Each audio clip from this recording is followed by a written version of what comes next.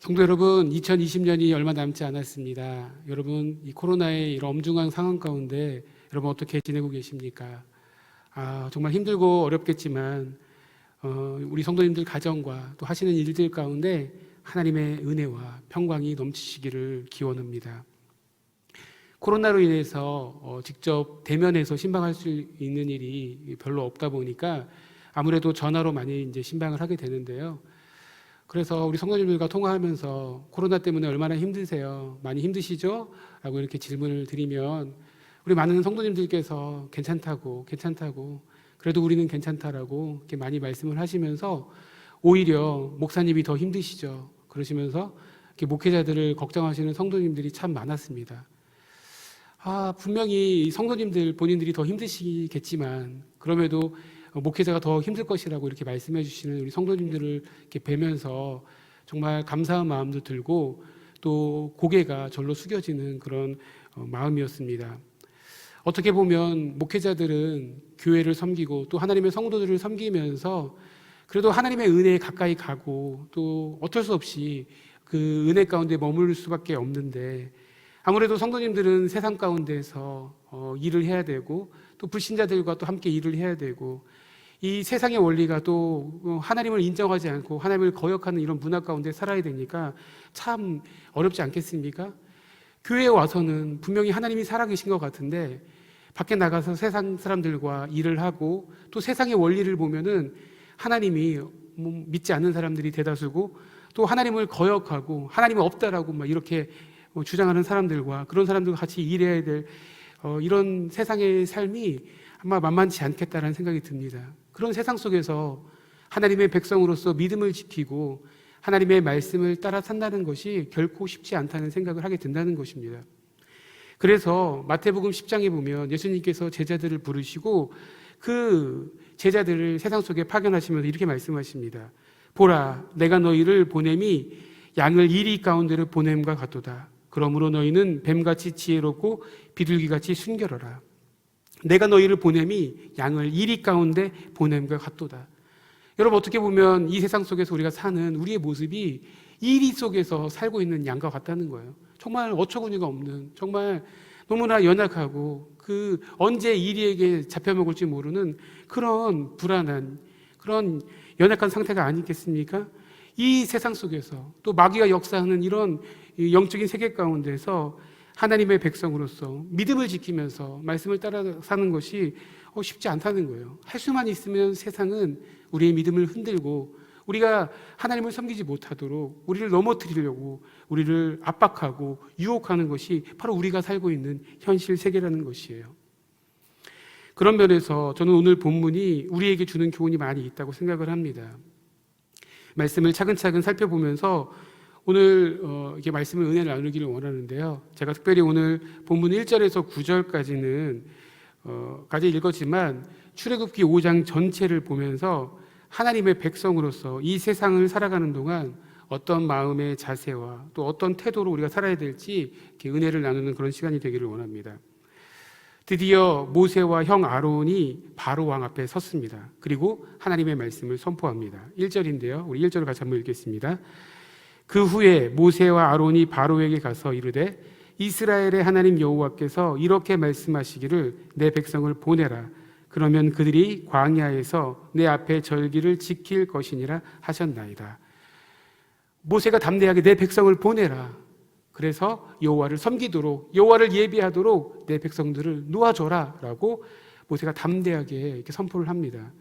오늘 이 출애굽기 5장 1절은 참 감격스러운 장면입니다. 출애굽기 3장에서 하나님께서 모세를 부르셨지만 모세는 저는 못 가요 그렇게 외치던 사람 아니었습니까? 그랬던 그가 어떻게 이렇게 바로 왕 앞에 담대하게 하나님의 말씀을 선포할 수 있었을까요? 성경을 알고 또 하나님을 믿는 입장에서 오늘 모세가 바로 왕 앞에서 하나님의 말씀을 선포하는 이 장면이 전혀 이상하게 여겨지지 않게 느껴질 것입니다. 아마 당연하게 생각되어지고 모세가 하나님의 종이니까 당연히 이렇게 하나님의 말씀을 선포해야지 라고 당연하게 여기고 아무렇지도 않게 여길 수 있다는 것이에요.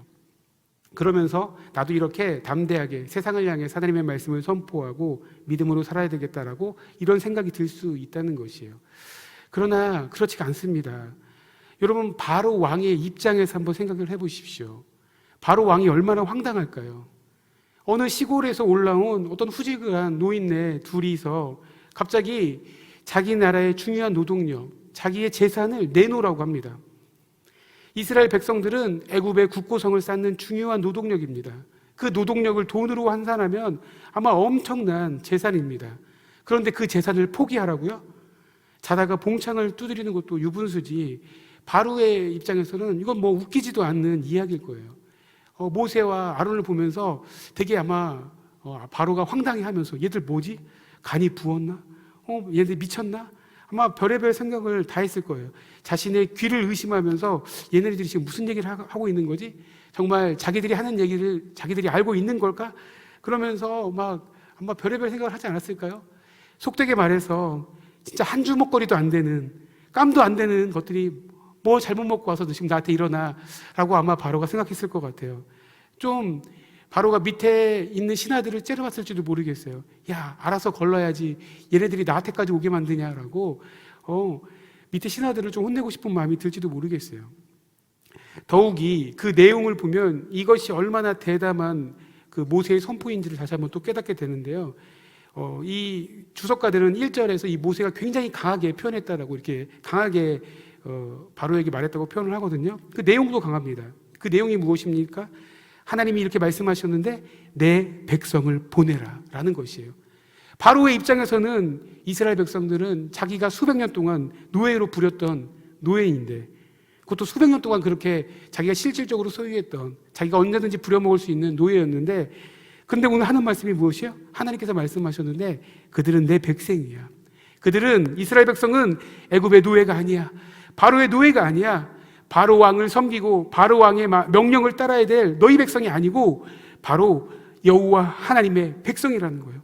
더 이상 이제 애굽에서 벽돌 구우면서 그렇게 살 수 없다. 이제 그들을 놓아줘라. 그들은 나의 백성이고 그래서 나를 섬길 것이다.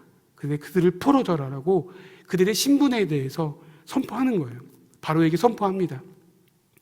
이 더 이상 이스라엘은 너의 재산이 아니야. 너희 소유물이 아니야. 네가 주장할 근거가 아무것도 없어. 그들은 바로 내 백성이야. 할렐루야. 아멘.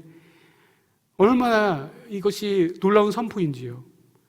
현실적으로는 지금 이스라엘 백성들은 애굽의 노예가 맞아요. 지금 굽고 있을 거예요.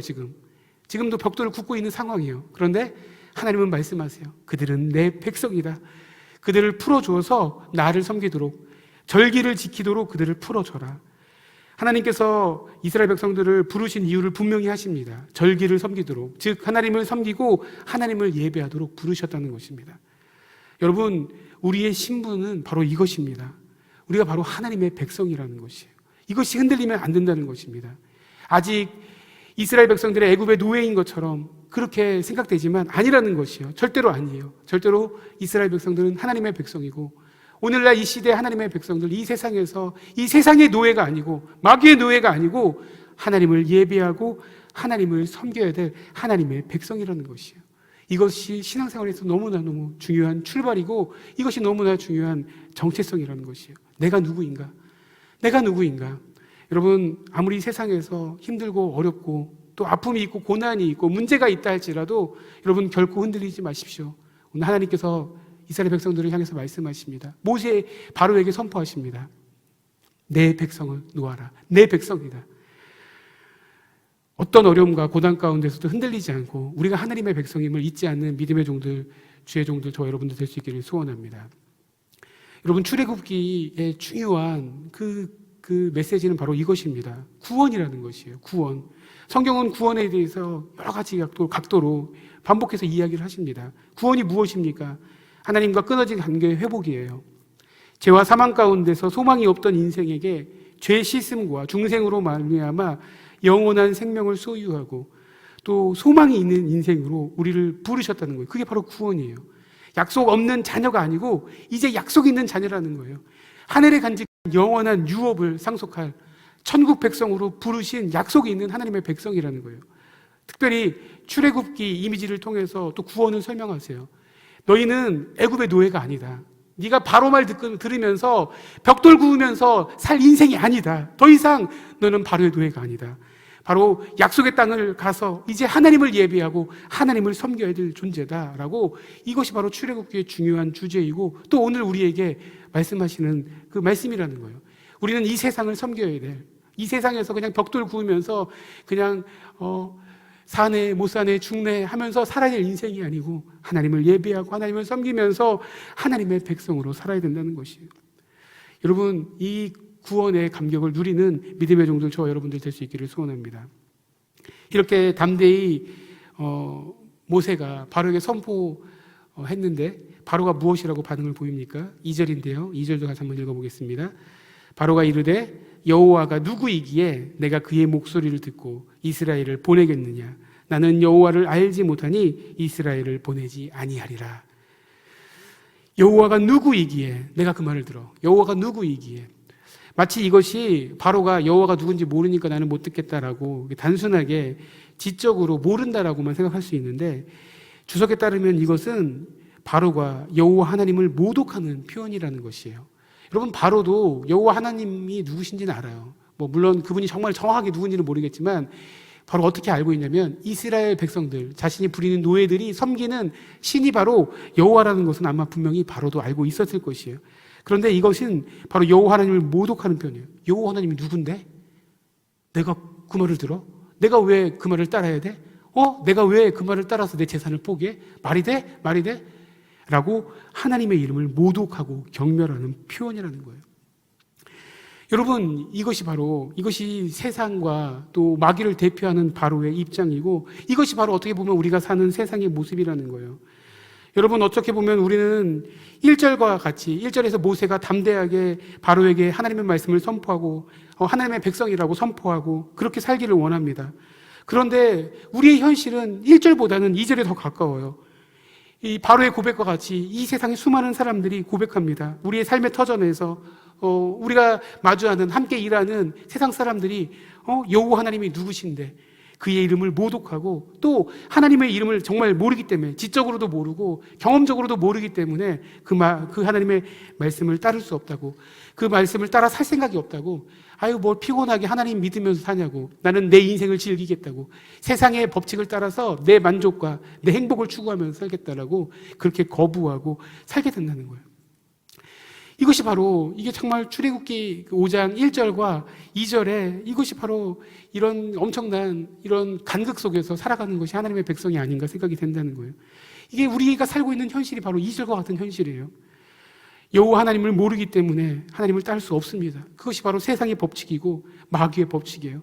그래서 하나님의 그 뜻을 거역하고 내 뜻대로 살겠다고, 내 욕심대로 살겠다고, 내 만족대로 살겠다라고 그렇게 선포하는 세상을 여러분, 우리는 살아야 된다는 것이요. 그러니까 여러분, 이런 세상을 우리가 믿음으로 살려니까 얼마나 힘들겠어요. 믿음대로 살고 하나님 말씀대로 살고 싶은데 계속해서 세상은 그게 아니라고 그러고 하나님 없다고 그러고 우리의 믿음은 흔든다는 것이에요. 교회에서 말씀을 듣고 성경을 읽으면 얼마나 이렇게 하나님 살아계신 것이 분명한 것 같은데, 또 일주일에 나가서 현실의 삶을 보면은 세상의 원리는 전혀 하나님이 역사하지 않는 것 같고, 또 나의 어려운 현실을 보면서, 우리 가정의 어떤 문제들을 보면서, 아픔을 보면서 하나님 살아계신데 왜 나를 이렇게 버리셨는가 실망하면서 절망하면서 막 우리의 믿음을 흔들지 않습니까? 그것이 바로 세상의 원리라는 거예요. 세상은 여러분, 우리를 결국 가만 놔두지 않습니다. 할 수만 있으면 우리의 믿음을 흔들어요. 하나님을 믿지 못하도록, 하나님을 섬기지 못하도록, 세상의 원리와 원칙을 따르도록 계속 우리에게 주입시키고 알게 모르게 그것을 광고하고 우리를 흔들어 버린다는 것이에요. 여러분, 우리는 부지불식간에 우리를 흔드는지 또 우리를 안 흔드는지 그것도 모르면서 우리는 막 맞으면서 흔들리고 있는 상황이 아닌지 모르겠다는 거예요. 결코 여러분, 이런 현실 가운데 흔들리지 않기를 소원합니다. 시편 기자의 고백이 무엇입니까? 시편 42편 3절에 이렇게 고백합니다.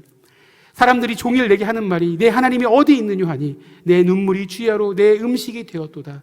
이 세상을 살아가는 하나님의 백성들이 때때로 이런 정말 사람들이 네 하나님이 어디 있느냐, 네 하나님 살아계신데 네 삶이 왜 이러냐, 너 왜 이렇게 노예로 살아가고 너 힘들고 고통 가운데 있고 네 하나님 백성이라면서 라고 우리를 어렵게 하고 힘들게 한다는 거예요. 그래서 그냥 눈물이 음식이 될 정도로 고통과 아픔 가운데 살아갈 때가 많이 있지 않습니까? 그렇게 우리의 믿음을 흔들지 않습니까? 여러분, 흔들리지 마십시오. 그러나 하나님은 분명히 역사하고 계시고 역사를 주관하시고 이스라엘 백성들을 하나님께서 출애굽 시키십니다. 하나님께서 구원하십니다. 그래서 시편 40편 5절에서 시편 기자가 다시 이렇게 고백합니다. 내 영혼아, 내가 어찌하여 낙심하며 어찌하여 내 속에서 불안해하는가? 너는 하나님께 소망을 두라. 그가 나타나 도우심으로 말미암아 내가 여전히 찬송하리로다. 아멘. 내 영혼아, 네가 왜 낙심하느냐? 내 마음에 무엇 때문에 불안해하느냐? 네 마음을 하나님께 소망을 둬라. 하나님께 소망을 둬라. 여러분, 이 땅에서 우리를 흔들려는 그 많은 세상의 유혹과 또 마귀의 그 역사 앞에서 흔들리지 않고 하나님께 소망을 두고 믿음으로 살아드리는 주의 종들이 될 수 있기를 소원합니다. 바로에게 이렇게 바로가 강하게 나오자 이제 모세가 좀 이렇게 수위를 낮춥니다. 주석가들은 그것을 주목하는데요. 그래서 1절과 3절에서 이 모세의 그 뉘앙스가 좀 다르다고 표현을 합니다. 3절을 보시면 그들이 이르되 히브리인의 하나님이 우리에게 나타나셨은즉 우리가 광야로 사흘길쯤 가서 우리 하나님 여호와께 제사를 드리리하오니 가도록 허락하소서. 여호와께서 전염병이나 칼로 우리를 치실까 두려워하나이다. 하나님이 나타나서 말씀하셨는데 정말 나타나셨어요. 거짓말이 아니에요. 우리를 하나님 예배할 수 있도록 내보내주세요. 그렇지 않으면 하나님께서 우리를 치실지도 몰라요. 우리가 다 죽을지도 몰라요. 라고 굉장히 이제 모세가 좀 더 이렇게 1절보다는 수위를 낮춰서 바로에게 이야기를 합니다. 그렇다고 해서 이 이야기를 들은 바로가 마음을 바꾸겠습니까? 4절에 가서 어떻게 백성의 노역을 쉬게 하느냐 그러면서 너희 노역이나 해라. 너희 일이나 신경 써라. 그러면서 모세와 아론을 혼냅니다. 그러면서 백성의 일을 쉬게 할 수 없고 오히려 백성의 일을 더 어렵게 하고 백성을 더 강력한 중노동을 시키도록 더 강력한 조치를 취하게 됩니다. 7절인데요. 우리 7절도 같이 한번 읽어보겠습니다. 시작. 너희는 백성에게 다시는 벽돌에 쓸 짚을 전과 같이 주지 말고 그들이 가서 스스로 집을 줍게 하라. 당시 이스라엘 백성들이 벽돌을 구울 때 진흙만 구우면 잘 부서지니까 아마 짚을 같이 넣었던 것 같습니다. 그 전에는 애굽이 그 짚을 주면서 어느 정도 하루에 일을 하도록 이렇게 맡겼습니다. 그런데 모세의 이야기를 들은 바로가 이제 마음이 더 강팍해져서 이스라엘 백성들의 노동을 더 강하게 합니다. 더 핍박하고 더 어렵게 합니다. 그러면서 이게 좀 마음이 풀어주니까 얘네들이 더 그냥 기어오른다라고 생각을 하면서 아마 이렇게 하는 것 같아요. 그래서 더 큰 힘이 들도록. 그 전에 같으면 그냥 재료 가지고 만들면 됐는데 이제 재료를 준비해야 됩니다. 짚을 찾아서 헤매야 돼요. 그래서 하루 만들 그 벽돌을 구워내야 되는 거예요. 얼마나 힘들겠습니까? 8절입니다. 왜 이렇게 세게 나가는가? 8절에서 이렇게 표현하고 있는데 8절도 같이 읽어보면 또 그들이 전에 만든 벽돌 수요대로 그들에게 만들게 하고 감하지 말라. 그들이 게으름으로 소리질러 이르기를 우리가 가서 우리 하나님께 제사를 드리자 하나니. 이것이 바로의 생각이었다는 거예요. 그들이 게을러가지고 여유가 있어서 일이 좀 편해가지고 하나님 섬기겠다고 이렇게 좀 소리를 높이는구나. 알았어. 본때를 보여줘야 되겠다. 그러면서 이렇게 하는 거예요. 세상의 대표, 마귀의 대표인 바로는 할 수만 있으면 하나님의 백성들을 핍박하고 억누르고 하나님을 섬기지 못하도록 끝까지 발악한다는 거예요. 그래서 하나님의 백성들을 더 강하게 몰아붙여요.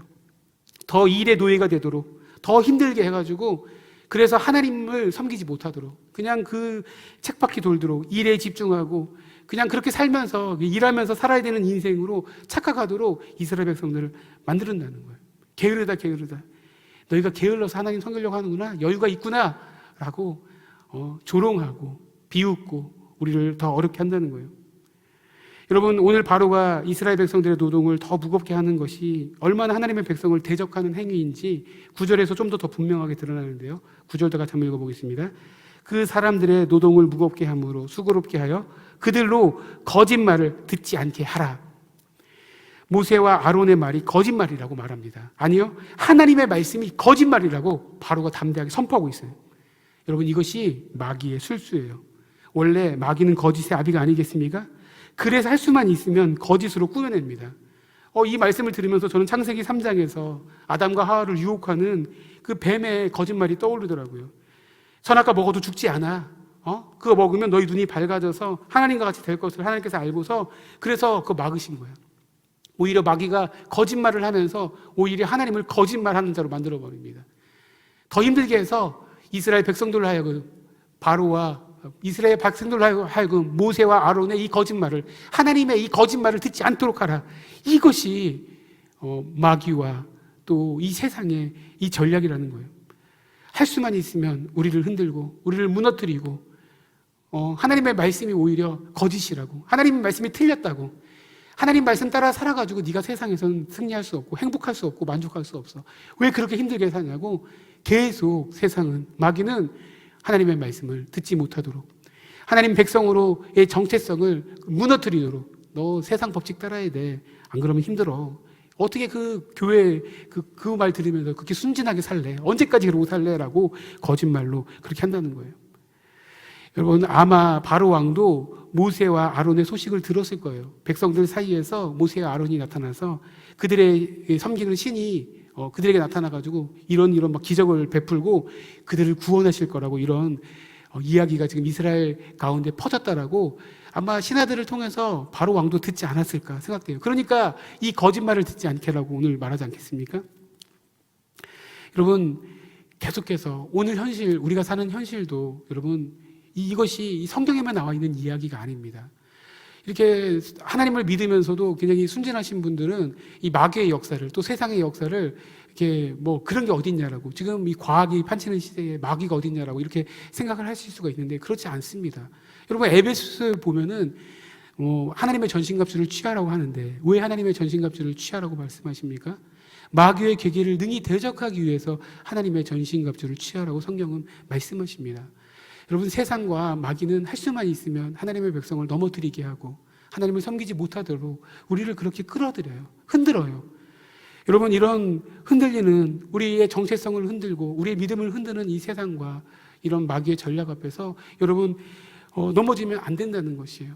아무리 힘들고 고난이 있고 아픔이 있지만 하나님의 백성인 것을 여러분 흔들리지 않고 믿으면서 하나님께 더 가까이 나아갈 수 있는 주의 백성들이 될 수 있기를 소원합니다. 이렇게 바로가 이스라엘 백성들을 어렵게 만들어버렸습니다. 그러면 어떻게 해야 될까요? 이스라엘 백성들은, 이스라엘 백성들이 정말 하나님이 자신들의 왕이라고, 하나님이 정말 자신의 섬길 여호와 하나님만이 여호와 하나님이라는 것을 알았다면 아마 끝까지 여호와 하나님께 부르짖었을 거예요. 부르짖었어야 했어요. 그런데 그렇게 하지를 못합니다. 15절인데요. 우리 15절 같이 한번 읽어보겠습니다. 시작. 이스라엘 자손의 기록원들이 가서 바로에게 호소하여 이르되 왕은 어찌하여 당신의 종들에게 이같이 하시나이까? 이스라엘의 자손의 기록원들이라고 했는데요. 아마 그 벽돌을 굽는 그 사람들 중에서도 좀 더 높은 직급의 그것을 기록하는 사람들이 있었던 것 같아요. 아무튼 중간 지도자일 거예요. 근데 이들이 하나님께 나아가는 것이 아니라 즉각적으로 바로에게 나아가서 호소합니다. 호소했다고 호소하고 있다고 표현하고 있지 않습니까? 이스라엘 백성들이 아직도 자신들이 구애의 대상이 누군지를 몰라요. 누구에게 구해될지를 모르니까 더 어려움을 당하는 것이요. 바로에게 호소한다고 바로가 들어주겠습니까? 절대로 들어주지 않죠. 17절에 바로가 무엇이라고 말합니까? 17절도 같이 한번 읽어봅니다. 바로가 이르되 너희가 게으르다. 그러므로 너희가 이르기를 우리가 가서 여호와께 제사를 드리자 하느노다. 이스라엘 기록원들의 이야기를 듣는 바로가 꼼짝도 하지 않습니다. 그러면서 소리를 높입니다. 너희가 게으르다. 그래서 반복해서 2번 게으르다 하는 것이 너희가 정말 게으르다. 그러니까 지금 이렇게 하나님께 예배하겠다고 말하는 것이다. 그래서 그걸 절대 감하지 않겠다라고 말씀을 하고 있다는 거예요.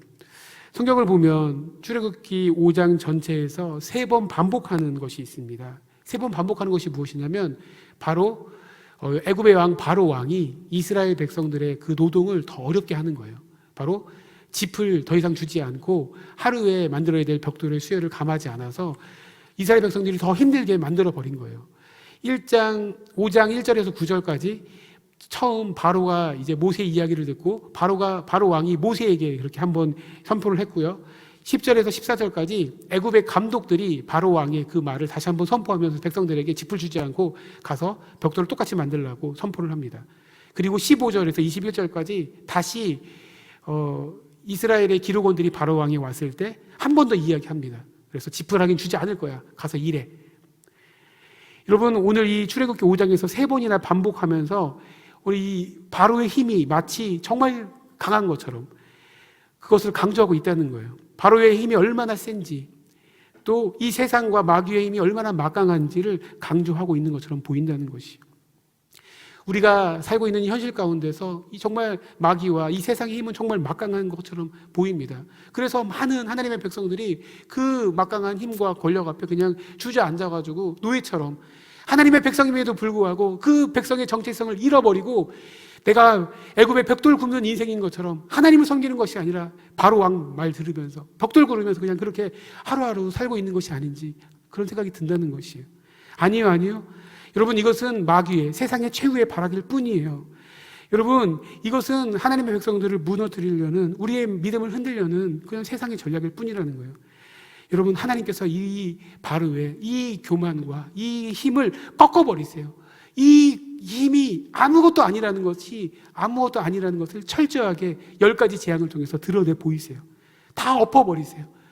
하나님께서 궁극적으로, 여러분, 하나님께서 하나님이시고 이 온 우주 만물의 주인이신 것을 드러내실 것이에요. 여러분, 그 완전한 구원과 그 하나님의 역사가 있을 그날을 기대하면서 끝까지 견디고 믿음을 지키는 주의 종들이 될 수 있기를 소원합니다.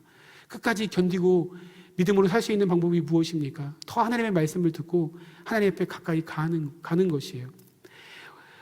이스라엘의 지도자들은 바로 왕에게 가서 호소했습니다. 그런데 모세는 하나님께 나아가 기도합니다.